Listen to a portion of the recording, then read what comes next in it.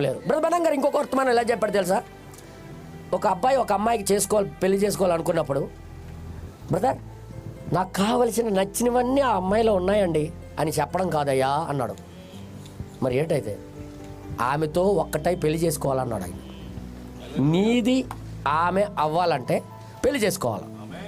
అలాగే ఈ వర్తమానం మంచిదని పొగడ్డం కాదు, దీంతో మొత్తం ఏకమైపోవాలి.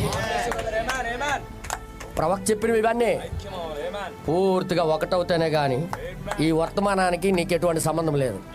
దీని గురించి నువ్వు మాట్లాడవచ్చు, దీని గురించి నువ్వు పొగడవచ్చు. అలాగే చూడు, పెళ్లి చేసుకోకుండా ఆ అమ్మాయి గురించి పొగుడుకుంటూ అది ఏటనుకున్నారా చందమామ, ఆమె ఏమనుకున్నారా రంభ, అది ఏటనుకున్నారా ఊర్వశి అని పొగిడితే ఏం ప్రయోజనం? మాట్లాడరేటి ఉట్టి వేస్ట్ పలకడాలి. ఈ వర్తమానం కూడా బ్రహ్మాండం గారు చెప్పారు. ఈ వర్తమానం గురించి నువ్వు పొగిడినా ఈయన ఎవరు అనుకున్నావు? నిజమైన అసలైన ప్రవక్త. బాగుంది. నువ్వు అన్నా అనకపోయినా ఆయన నిజమైనోడే. ఈయన ఎవరు అనుకున్నావు? సూపర్. ఈ కాలంలో ఏడో దూత. ఆయన తల మీద ఉన్నది ఏంటనుకున్నావు? అగ్ని స్తంభం. ఆ రోజు ఇశ్రాయేలుకి నడిపించిన అగ్ని స్తంభమే ఇది. గాడ్ బ్లెస్ యూ, కాదనట్లేదు.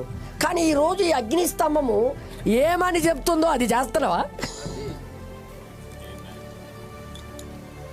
ఈ కాలంలో ఈ టైంలో ఈ అగ్ని స్తంభం ఏం కోరుతుందో, ఆ అగ్ని స్తంభం ఏం బోధించిందో దాంట్లో మునిగావా అని పరిశీలిస్తే పైపైన ఈరోజు నేను ఈ చివరికాల వర్తమానంలో ఉన్న సంఘాలకి నేను అదే గుర్తు చేస్తున్నాను.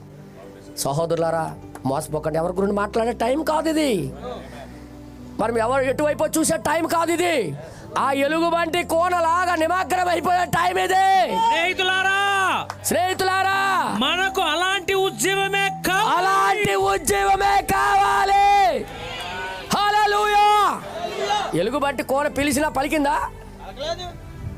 ఆడు గట్టిగా అరిశాడు, ఏమైనా విన్నదా? పోనీ ఏమైనా గట్టిగా కేకేస్తే భయపడ్డదా? భయం లేదు, వినలేదు, ఎటు వినబడదు. అంత నిమగ్నం అయిపోయిందా? ఇంకొకరికి ఉద్యమం తీసుకురావడానికి అంత నిమగ్నం అయిపోయిందా? అంటే నేను అలాగవుతానే కానీ ఇంకొకరికి దేవుడి వైపు త్రిప్పలేను అని అర్థం. ఎంతమందికి అర్థమవుతుంది ఈ భాష? ఇది ఎలుగుబంటి అని రాశాడు కానీ నీ పేరు పెట్టుకొని చదువుకో.